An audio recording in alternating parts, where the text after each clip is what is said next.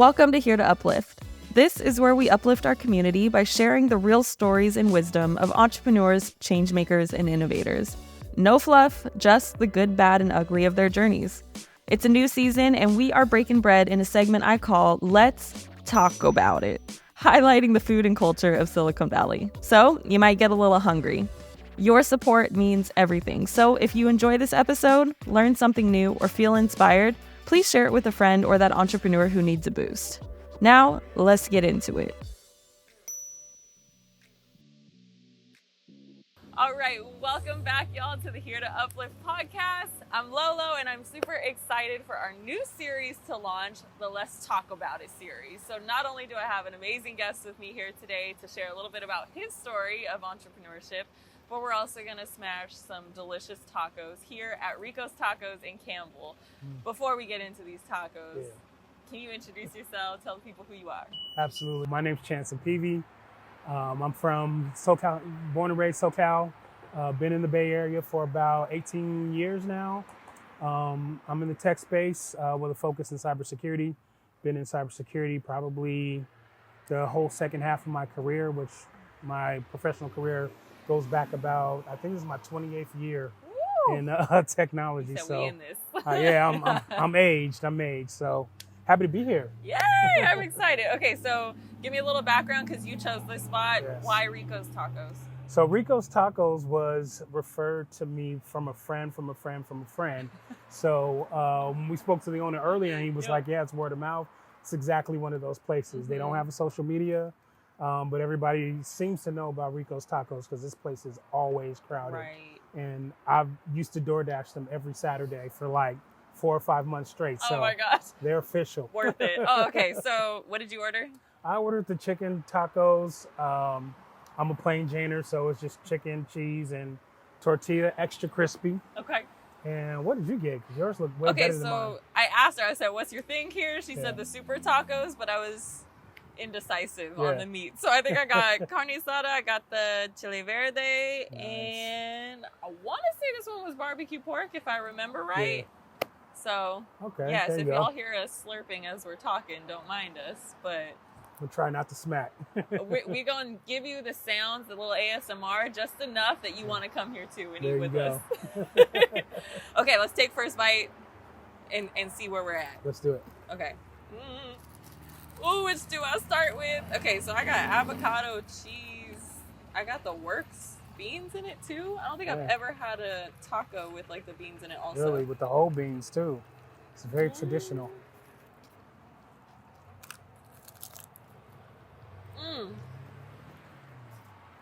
Yeah. Oh my gosh, it's even better because I'm so hungry. And then, money. I'm so glad you picked this place. Yeah. So fresh. Okay, so how do we talk when I'm gonna have a whole taco in my mouth? I don't know. Well, it's your job to ask the questions. Okay, one more bite, and then I got this. Yeah, mine's still popping hot, so I can let it sit a little bit. Okay. Delicious. So, one of the first things I love when I met you, it was also a friend of a friend of a friend. Yeah. Anthony was helping with Mike Lee's podcast. Yep. Shout out to Mike Lee. The mayor, the unofficial mayor of San Jose, connects everybody, I swear. He's almost the official mayor. Right. Always appreciate you, Mike. He hangs out with the official mayor, doesn't he? Yeah. Pretty much. I don't know who he doesn't know in San Jose. But shout out to you, Mike.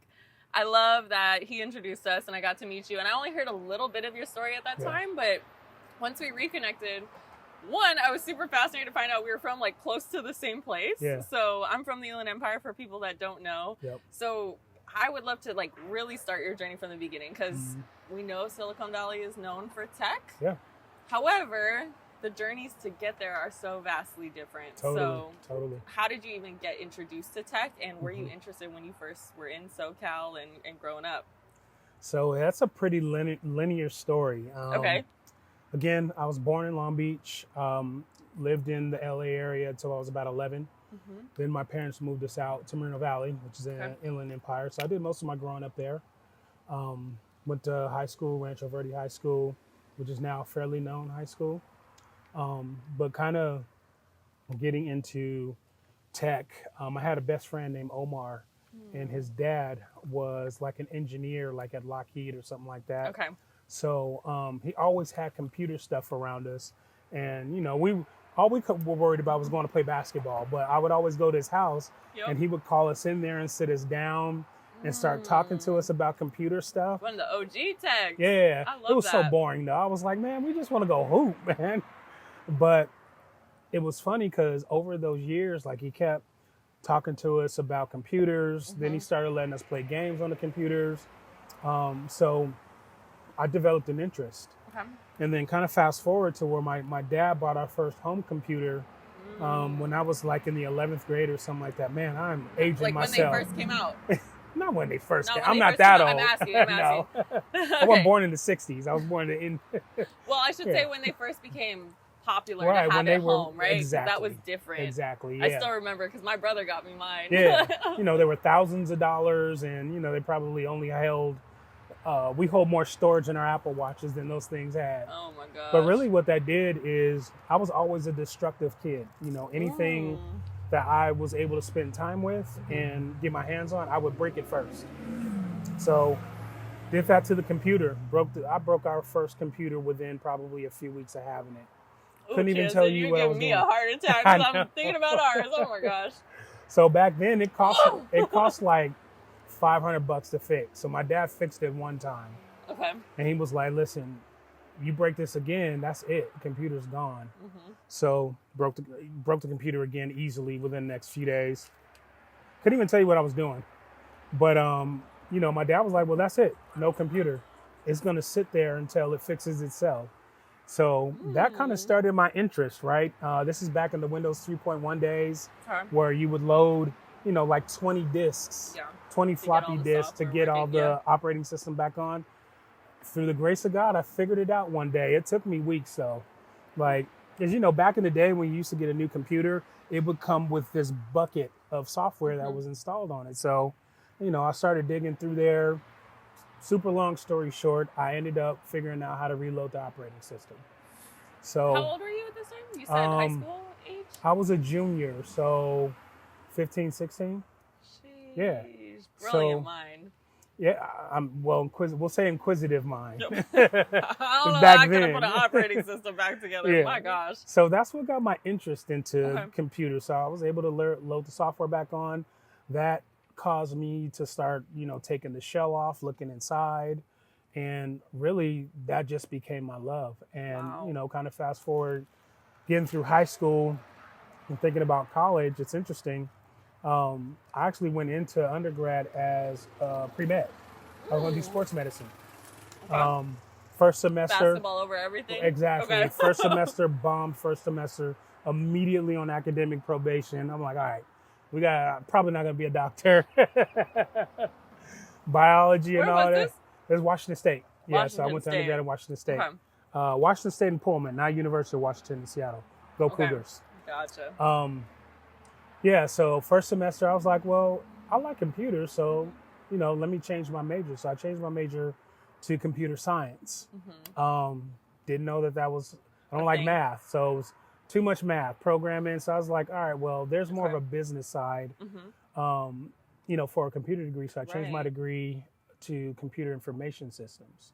Okay. So that's, where I learned a lot of skills, like kind of how a computer works, how it's built, kind of the engineering around it. So got my undergrad bachelor's in computer information systems. As soon as I came home from summer before I graduated, I came home and my mom worked at University California Riverside. So she got me into an internship at a manufacturing company in their IT department. Okay. So I'm still in college. Just figuring things out at this time. Right. You said you were playing basketball too, right? Yeah, I play basketball too. But shoot, being a student athlete is a lot. Yeah, but in itself. I wasn't a star, so I wasn't living at the campus. I still came home for the summers and stuff like that. So my mom got me into this internship in an IT department for a little manufacturing company in Mariloma. So that was my first kind of crack at being in tech in the enterprise, right? In the workforce. So that's really where I really got my love, because literally all the job entailed was fixing computers. It was a distribution warehouse, so they had 600 and some computers, and all I did was receive support tickets to go and fix computers, change memory, just the very entry level of computers. But that's what ignited the fire. Was it boring at the time? Oh, absolutely not. Okay. No, so you already now I'm getting paid. Fire for it. Yeah, exactly. I'm getting paid to do what I was doing at home, breaking the computer, but I have to actually fix it. You're like, you have no idea how many things I had to fix. Yeah, exactly. I'm good at this. Okay. So that's really San Jose. Yeah. That's really what ignited the fire. So that was, it's funny because I went back for my last year at Washington knowing how to fix computers. So being a starving student, I flipped the little knowledge that I had that I learned in the internship. Now I'm fixing everybody's computer on campus. Shoot. So I was able to pay for my condo. I was able to have money in my pocket. So I'm like, this is what I'm doing. I'm not going to MBA. So this is what I'm going to do. Say, I have to ask, did you see like entrepreneurship growing up? Because it seems like you already had that like mind and tenacity of like, I can make this into something that I get paid for, which I think I did not necessarily have when I was in college. Yeah. I'm like, I could do all these things, but I was just always giving away work. Right. Always. Right. No, well, that's a funny story. Bad habit, but I never had the entrepreneur bug, but both of my parents were always had an entrepreneur's mind state. They worked in aerospace for most of their career, but actually kind of right around the time that I was about halfway through high school, they had both got laid off. They both worked at Hughes Aircraft. They were part of the major layoffs in the 90s. That was huge, yeah. That's when my parents starting businesses. My dad started a janitorial company, segued that into, I forgot another company. It was somewhere in the services area, but then they got into real estate. So, real estate from the jump is almost an entrepreneur's game. Oh, absolutely. Right? Yeah, so they got into real estate and then ended up getting into the mortgage banking side. So, that kind of entrepreneurial model was around me a lot. So when I graduated undergrad, first thing my mom says is, go down to City Hall, here's $75, go get you a business license. You know how to fix computers, so you might as well have a little business license to do it. Smart. But here's the thing. There's a catch. The catch was my mom made me get a business license so she could start pimping me out. Stop! She said, I'm going to tell you to auntie, to my neighbor. Oh, 100%. Had me driving from Moreno Valley to LA to fix a computer, all kind of stuff. So that was way hotter than I expected. Was it? Okay, good to know. Hot. That is fascinating. Yeah. Did you like Moreno Valley? Loved it. Yeah? Loved it. Love Moreno Valley. I'd only been through Moreno Valley a couple of times maybe. I mean, it's like we were close, but we weren't that close. Chino, Moreno Valley. So to the mall there, I think I went to. Oh, for real? Oh, man, my footsteps are all over that mall. I opened that mall. I think we were in our freshman year in high school when that mall opened. Yep. That sounds right, because I think it was high school, me going into college kind of when I went through a few times. We were literally standing in the parking lot when that mall opened the first day. Is it the same though, like now? Because I think the last time I told is all malls kind of went dormant during COVID, of course, but I was told that the Moreno Valley Mall just became like a heavy gang space. Well, Moreno Valley period came. So we moved to Moreno Valley in 91. So we were kind of I would say we were the first wave of black people in Moreno Valley. Like I said, in my neighborhood, we were the only chocolate chip in the whole neighborhood, which was fine, you know. My parents are always very diverse with their friends and stuff. So, it wasn't like we were moving from super black LA. Yeah. But we moved there in 91 and there was literally no black people out there. Yeah. So I went to high school in 94. Okay. So slowly people were coming from LA. I would say when I graduated in 98 from high school, there was a huge black presence, everybody came from LA. Yeah. Because at the time, the housing prices were good. You know, everybody was able to get a loan. So I think it's kind of reflective now of how so many folks are moving to like Gilroy, Hollister, even further to Merced, Central Valley area. Because bigger houses for like way better dollar. But there's something about the city of San Jose, especially as a transplant. Yeah. Like, I love this place to pieces. And it may change in the future because you never really know. But I love that there's such a blend here. Yeah. But that cost of living is no joke. It's insane. It's insane. You have to have the Silicon Valley spirit of entrepreneurship and hustle and grind to live here happily. Yeah, this is definitely not a bedroom city. A bedroom city? Yeah. I haven't heard that phrase. Bedroom cities, they used to call like San Diego a bedroom city where there's not a ton of commerce. People who live out there either have old money. Okay. You know, it's not like this emerging market of tech or whatever commerce, right? It's the beach. Yep. It's, relaxing, old money. Like you already worked for it or you don't need it. Exactly. Okay. Exactly. You know, if you do work, you're probably leaving the city to go work somewhere else. So that's what a bedroom city is. This is not that. Definitely not. There's a ton of commerce here. Still, I would still say San Jose and Silicon Valley is still emerging. Yeah. I mean, even after COVID, there's still so much commerce here. It's just so expensive. Yeah. Worth it? Yes. You're like, any plans to go back to SoCal, or you think you? I've been telling people I'm moving back to SoCal for the past 10 years. Oh. I just never did. So this is home. Yeah, exactly. Whether I may tell you tomorrow that I'm leaving tomorrow. Right. This is home. You know, it's that you can eat. I'll kind of talk a little bit too about why I really wanted to have this conversation. To be more specific, because I think tech is trendy right now for communities of color, especially in trying to figure out what does wealth building actually look like for us. Like, what's the cheat code? And people are like, work in tech, that's the cheat code. Learn how to code, that's like the answer. But I think there's not enough talk about the different areas of tech. And almost everyone that didn't come from a computer science, computer information background, they're almost immediately told, go learn UX, right? Like, go get UX done. Learn how to design a website, do basic graphic design, marketing, social media, which is fine as an introduction, but I want to like do this series as a way of talking more about the different areas of tech. Like one of my good friends and sorority sisters, she's focused on the HR side of tech, and people don't even realize like you don't have to have any tech background because HR is HR. Yeah, you got to be good with people and the systems processing, blah blah blah. So with you in particular, when you said that you had your own cybersecurity company, I was like, oh my gosh, it sounds ridiculous that I don't know enough about it yet because my brother's whole career has been in cybersecurity. But it's what interested me in the first place about like, okay, how does the whole tech system actually work? Because I saw him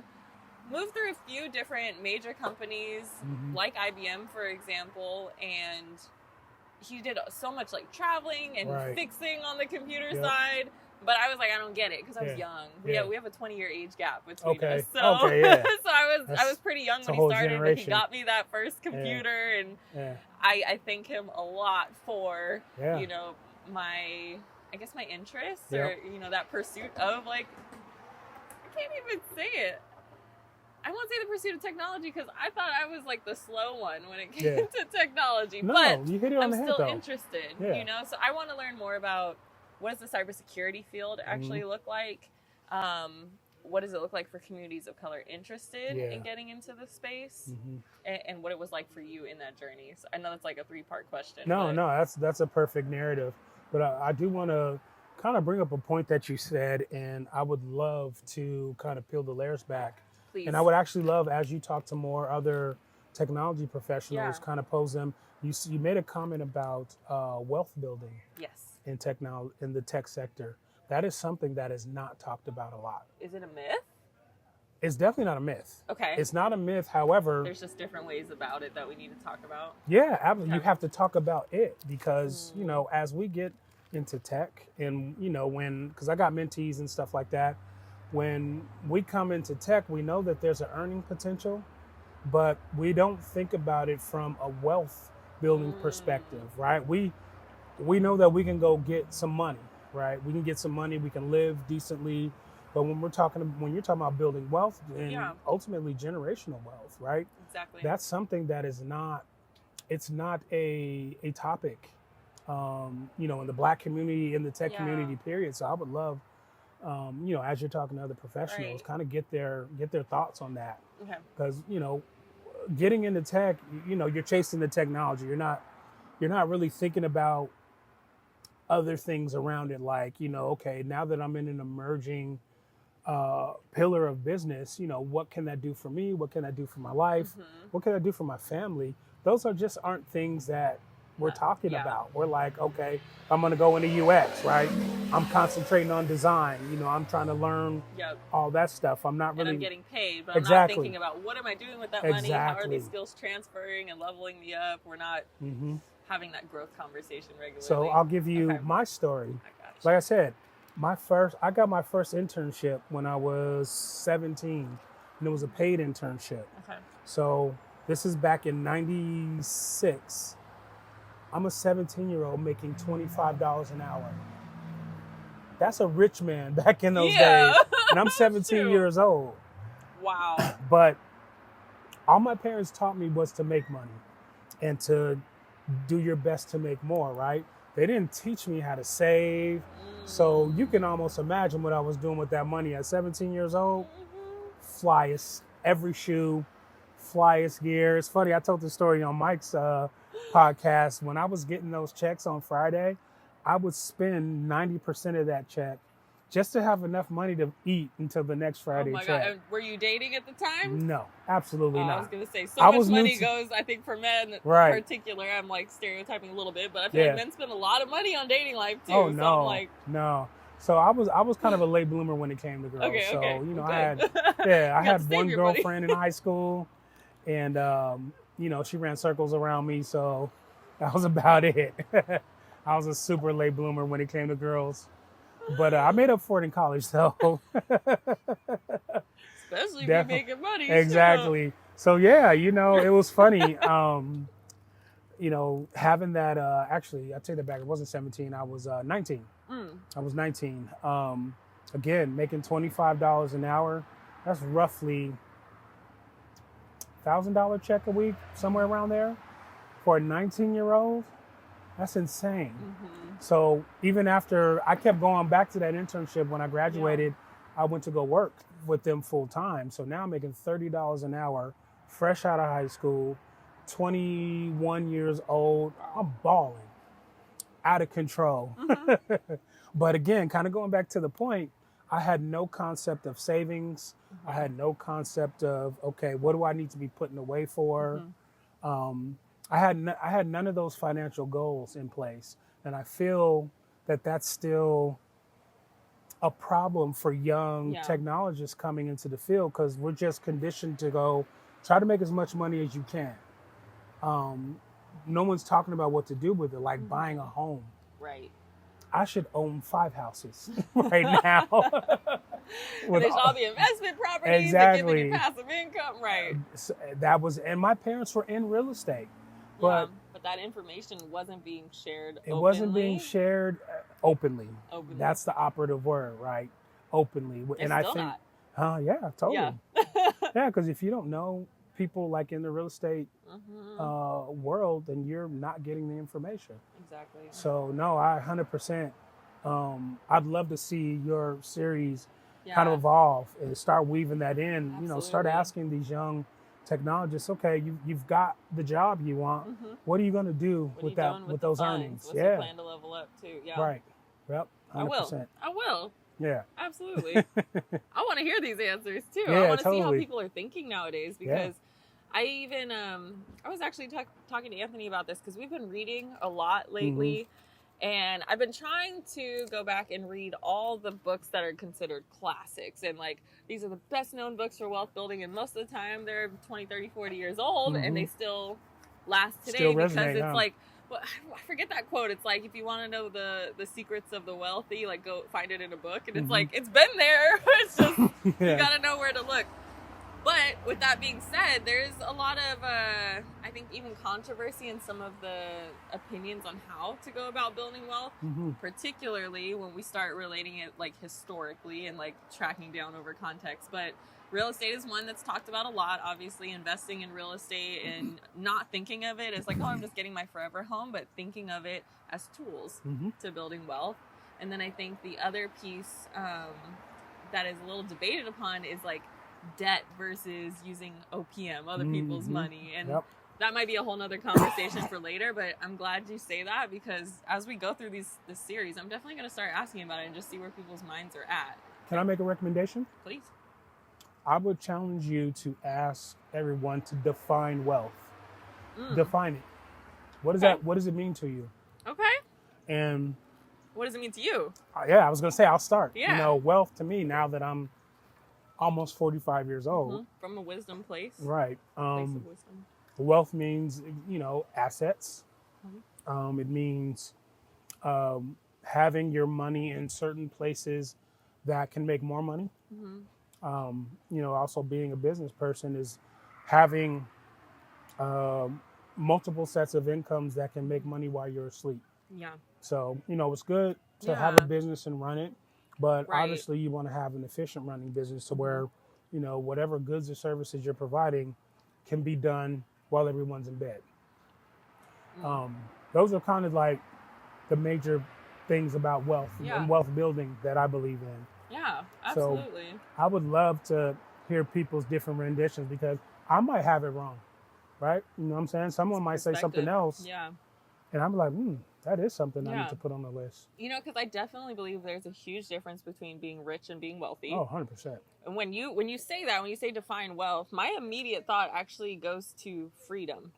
Like, being wealthy is being free. Like, when you are wealthy, you also have freedom of time. You have flexibility in your resources. You have stability. Like, those are all the words that like become associated for 100%. Me, and those are goals. So when I think not just wealth but generational wealth, it is a little challenging for me still. I won't say I haven't figured it out. I got a lot of time to figure it out, but my goal is to build generational wealth. And even so, I'm trying to figure out, how do I raise a family while building generational wealth without my kids feeling or knowing that they're wealthy in a way where they don't know how to work hard for something. You have to literally type that down. Like, that's literally like the phrase. Puzzle piece. We got to put that on a t-shirt. Right? This is the whole thing. Here's the map to wealth. What is the map? You know, because it's like, then you see somebody like, oh, those are rich kids. Yeah. And I feel like that's actually an accurate description, because wealthy kids, I think, have a knowledge of how it was earned. Rich kids don't have that perception nor of do they how care. It was earned. Yeah. So I'm like, okay, I want to build generational wealth without my kids feeling rich. Right. Oh, what does that look like? But I want stability. Oh, Lord. That's it's a crazy formula. A push and pull, a push and pull. How are your tacos? Oh, bomb. I'm like, I keep like going 1, 2, 3, like in order. But just honest, because I won't lie to y'all too, because I'm sure people are going to be like, is it really good? Or are they just doing it for the camera? I'm going to be honest. Fire. Yeah. Truly, like, no jokes. With the 3 that I got, I would say what I'm pretty sure is the barbecue pork is my favorite, because it's super juicy, super flavorful. I like the beans, cheese, avocado. I know that's not everybody's thing, but there's also the traditional cilantro and onion. Carne asada would be my second. It's getting a little chilly now, but when it came out, that juiciness was just like so good. And I feel like most carne asada is dry at a lot of taco shops. That's what I was about to ask you. With it. My main thing about this place is the seasoning of the meat. Yes. It doesn't sound like it's been sitting in boiling water all day. Not at all. It's very, even the chicken, you know, chicken can be dry. Right. And it's the shredded chicken, right? I'm like peeking over, but shredded chicken.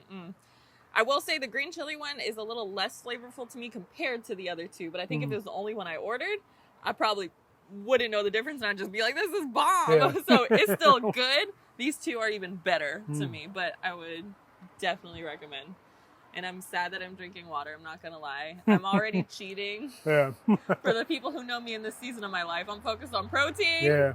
And a little less carbs as we get back to it's definitely off regimen for me, body, but I mean, it's bomb. So we're gonna keep talking, but like, let's have a taco moment, eat our food for a second. I can speed up this part of the interview, and then we can keep chatting. When we were chatting about having this podcast, you said a phrase that stuck with me, and I wrote it down. You said, all roads lead to tech. Yeah, absolutely. What do you mean by that? So anything you do in business, let's just even take your friend that's in HR. You know, she has software, as a woman, right? She has software that she uses. She probably has a device, a mobile device, probably another like tablet or something. That's all technology. We do all of our work on pieces of technology. So, you know, back in the day, you weren't really privy to all the tech that you use, just because, you know, you would get on your computer, do the few things you would do. Yeah. You know, most of us would just use Microsoft Office, and that was what we thought tech was. But now, you know, especially with things having to be so secure, every facet of business deals heavily in technology, from the software you use, from the protection around your devices that you have, which is where I specialize in. But, you know, all of that leads to technology. Like when I speak on panels, or when I go to these conferences, there's not only just technical professionals there are other, you know, leaders and professionals from other business units. You know, from financial industry, you know, from the real estate industry. It's funny, I consider real estate like in the finance bubble. You know, that's probably one of the most technical areas that deal with technology, because, you know, we deal with numbers, large amounts of money.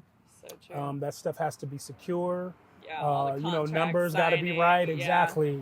So, and you know what? I'm glad you say that too, because I think while there's a wealth of wisdom from agents that have been in the industry for a long time, for the ones that I've seen that have been doing it forever but aren't willing to change and learn the technology that we use today, they're slipping and sliding. There's errors in the contracts. They're missing things. And just behind on the times, which I hate to say, because like I don't want it to sound ageist, but it's the truth. Like, our world is advancing, and technology is like the thread that's weaving everything together. 100%. Yeah, when my parents were, you know, kind of shifting from real estate to mortgage, was right around the time contracts became electronic. So that went from, you know, going to your customer's house or meeting them and having them go through a 30-page document. Now it's on the computer, right? So I was a part of that transition. So obviously, me being the computer guy, you know, once they started moving into software and stuff like that, not even on call, just be here. We shouldn't even have to call you. You just be here. So they had an office in Riverside, and, you know, was it Prism? Is that one of the real estate applications? It is, Prism. I don't think it's used as much anymore, but exactly. It used to be, So that was a big application back then that, you know, they were kind of rolling into digital documentation and all that stuff. So I was a part of that, right? You know, now everybody has a laptop. You know, their laptop needs connectivity. It needs to be secure. It needs internet and all that stuff. So I spent a lot of my, the early part of my career setting up offices, right? You know, building the infrastructure so that they can all communicate and be safe and stuff like that. So kind of getting back to your point, that's really where everything started going to technology, because once you go digital, that's technology. And, you know, kind of segueing into what I do as a profession now, you know, now that everything's digital, that's data, right? And data moves, right? When you post an update on Instagram, you're sending data to an application.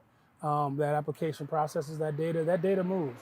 And the big thing today is, since we're in such a large data consumption era, security is a big thing. That data has to be secure, going from your phone to the Instagram application, wherever it's housed in the cloud. So security is big. As you see, Instagram, I think, is mandatory. You got to do two-factor authentication, because, you know, a lot of Instagram, especially when it has to do with identity, right? Getting hacked and stuff like that. remember everybody used to get hacked. You know, their accounts used to get hacked on Facebook and all that stuff. So that's where I come in. Yeah. You know, really implementing the right security measures to make sure that sensitive data stays sensitive and is protected, but also able to move data, you know, where you need it to go. And now that we're in this AI stage, you know, that data has just grown exponentially, right? When, you know, exponentially and data moves faster. Yeah. So, you know, things that we do, you know, we post an update or a picture on Instagram, that has to happen like that. Right. And, you know, I can post a picture about something and then all of a sudden the ads and all that stuff come in. That's where all AI comes in and starts turning into that. So I started my first security company in 2017. Okay, and that was Centaurs? That was Centaurs with a couple of partners. Okay. So we grew that company, and this was kind of pre-AI. Okay. So, which I want to make a note because obviously AI is going to come into the conversation. Yes. What I'm realizing is so many folks don't understand that by the time we everyday not technologists are talking about something, it's been being worked on for years and years and 100%. years. AI's been in the military people are forever. like, AI is so new, and it's like, it's not new. No, it's not new. We're just using it in our everyday use now. Yeah. But yes, like I want to hear more about this too. So yeah. So okay, I'll tell you the first generation of AI is what we call machine learning. Okay. So before the last few years, before like ChatGPT and all that came out, especially in the security sector, we were taking advantage of machine learning. So machine learning is being able to see patterns in data. Okay. So I can go down a huge rabbit hole, but really machine learning is seeing streams of data, you know, high performance computing. We'll just say computers are able to see those streams of data, and they're able to see patterns. So I'll take this, I'll segue this into like banking. Okay. Right. You know, all banks have a fraud detection. Right. You know, we can even talk about the bank that got hacked a couple of weeks ago, but you know, the way fraud detection works is, you know, I'm a banker, you're a banker, so I do the same things in my banking app. I check balances. We all use Zelle, I'm sure. You know, I apply for different lines of credit or stuff like that. So, you know, that's all of those communications is data, right? So I've got there's a fingerprint about me, right? Right. So when I go, for instance, you know how you may go out of town. Like every time I go to Vegas, B of A flags. As soon as I get there, B of A flags. Like, where are you? Hold on. I'm not tracking that expense. Right. So the fact that I went from San Jose to Vegas, that's a change in my pattern because normally I'm logging in, I'm located in San Jose. Now I'm in Vegas. So it's like, he's spending a lot of money in Vegas. That's out of the ordinary. We're going to flag that and make him verify that. So that started with machine learning. Okay. And now, you know, as we've gotten into the AI world, it's much larger. Right. But, you know, kind of that whole like learning patterns and then making decisions based on those patterns. Okay. So when we started Centaurs, that was hot. You know, machine learning, you know, in the security side of that, it's, you know, kind of learning the patterns of your users, right? You know, we're all users. And in the enterprise, let's just say we all work for the same company, right? What do you do every day? You do some of the same things. You may, you know, access documents here. You may access these type of apps there. We need to always be looking at those transactions. We need to identify you first to make sure you're a trusted user, and we're fingerprinting you at all times. So let's just say if your data was compromised or if your information was compromised, we have to have systems in place that flag that immediately. Yeah. So that's where machine learning comes in, because now I'm learning 100,000 users patterns, and you know, the moment that one of them deviates from those patterns, I have to be able to raise a red flag. Yes. So that's what we for the most part. That's what we did. That makes a lot of sense, actually. Like just the pattern recognition. Like, hey, something's different. Red flag. Like, so that was kind of like AI really 1.0. Simple way of understanding it. I appreciate that. Yeah, learning that now. You know, getting into AI, we're talking about the amount of data is exponentially bigger. Hey, little guy. We can get into that. But anyway, we started that company in 2017. We tried to boil the ocean, right? We tried to do everything. We tried to do cloud, big data. Security was our smallest offering back then. I come from a heavy security background, so I'm like, right now, cyber is hot, right? Cyber is hot. We should kind of refocus the business, kind of get rid of the other disciplines and just focus on cybersecurity. We made that decision in 2018 and it paid off. Okay. Big time. Yeah, so we became a cybersecurity focused company where we specialized in the elevator pitch is hybrid cloud application security. Okay. So really all that means, again, going to that banking app. Yeah. That banking app is what we'll call an enterprise application. Right. We're building security mechanisms around that to make sure the data in an application, and then we're doing that across a company's full application landscape. So there are companies who have, some larger companies have like 2,500 applications. And really what we did is build a security model that protects those assets and those applications. That's really it. So we did that. That was hot in the market. Again, the baseline technology was machine learning, being able to do predictive security and try to be proactive. Because if you're not just waiting for the red flag to be like, oh, something happened. It's like, no, how do we forecast it so that we can prevent exactly. it? Exactly. 100%. That's it. So if you take cybersecurity and you break it into two methodologies, the first methodology is to not get breached, to not get your data breached. And then the second pillar is if and when you get breached, because you will get breached. It's not a fact of if, it's when, to make sure it doesn't spread. Gotcha. That's it. That's all cybersecurity is. Like a literal virus. That's like, don't spread it. Okay. Don't try not to get breached and have protection in place so when you do get breached. That's it. That's all cybersecurity is about.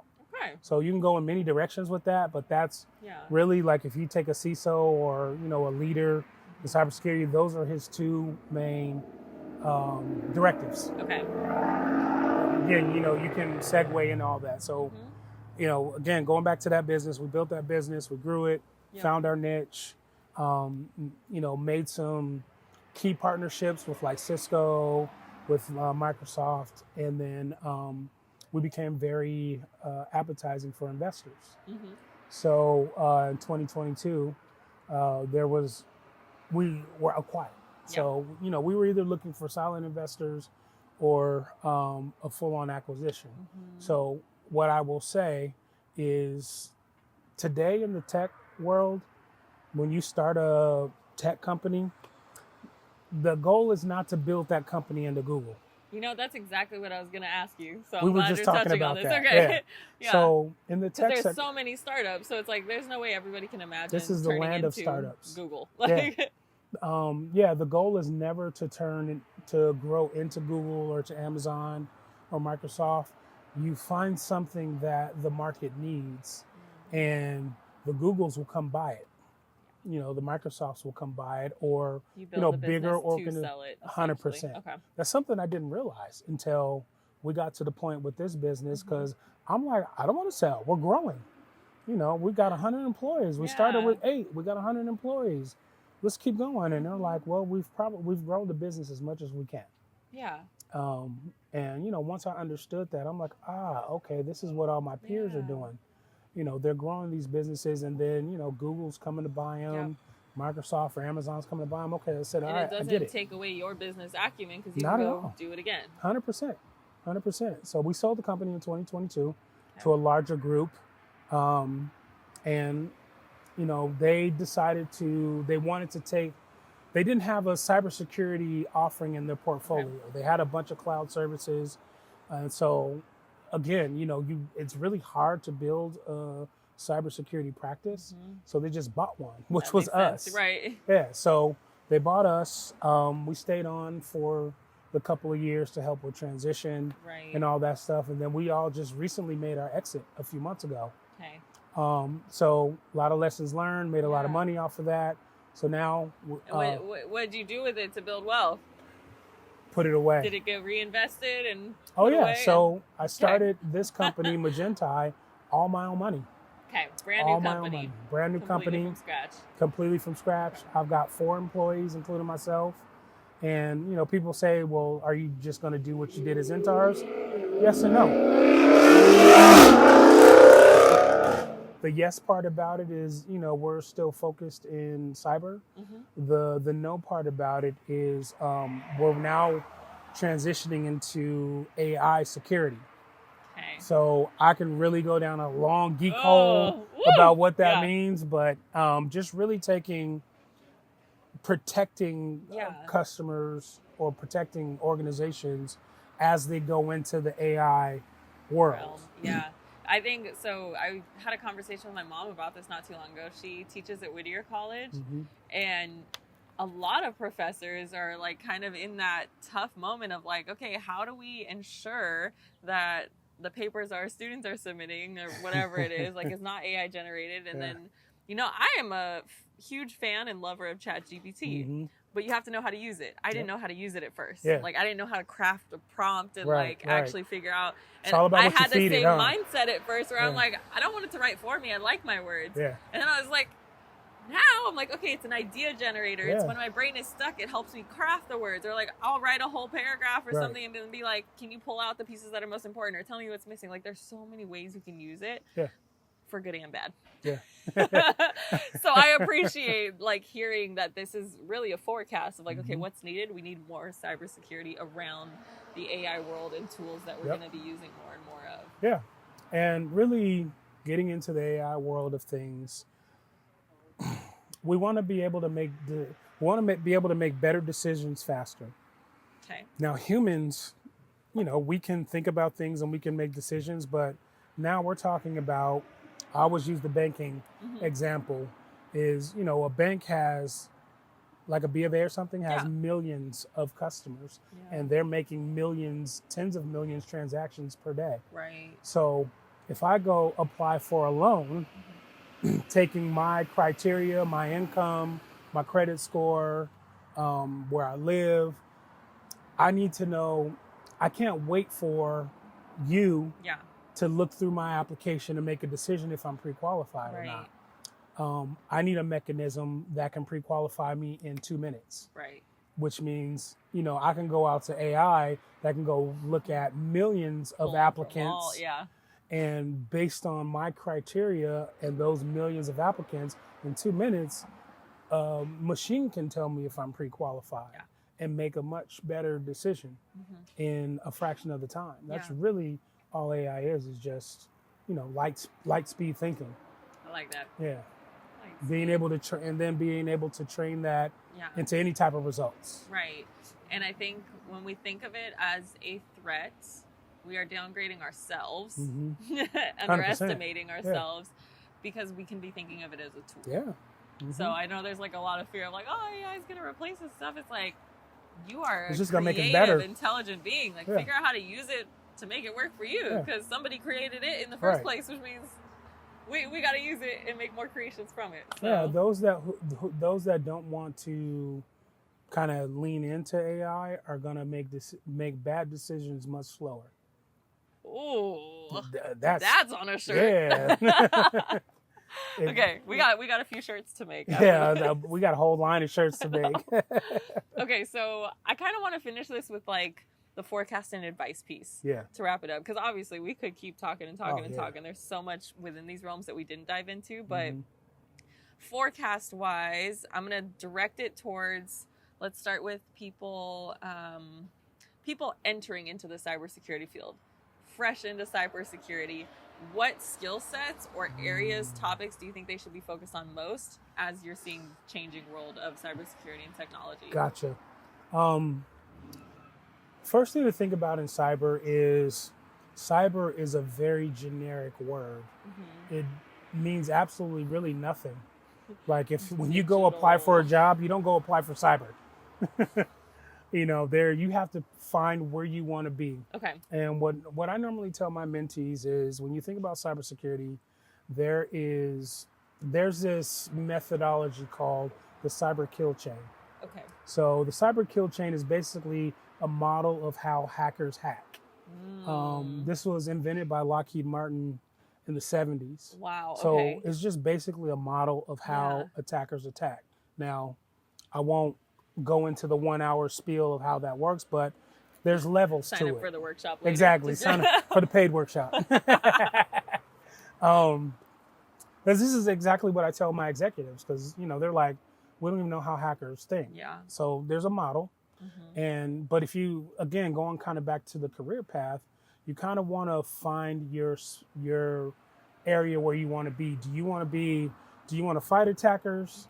Do you want to prevent attackers? Do you want to dress as an attacker? Yeah.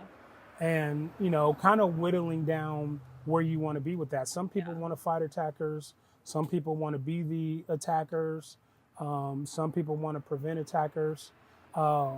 So kind of find that area on the cyber kill chain where you want to be. You want to be post-breach or pre-breach or post-breach. Okay.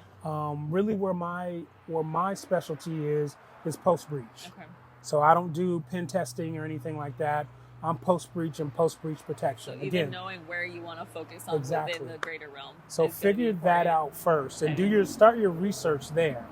You know, understand the cyber kill chain, understand the different facets of it, then figure out where you want to be. Yeah. You know, and then start thinking about, do you want to be on the user side? You know, you want to be in front of customers, or do you want to be in the lab, like writing programs and software and stuff like that?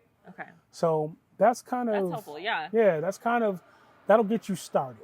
Yeah. And that's for the folks entering into it, so that they know that option of what to focus on, what to spend time on. So a major thing about, because the first question is, people say, well, where do I start? Yeah.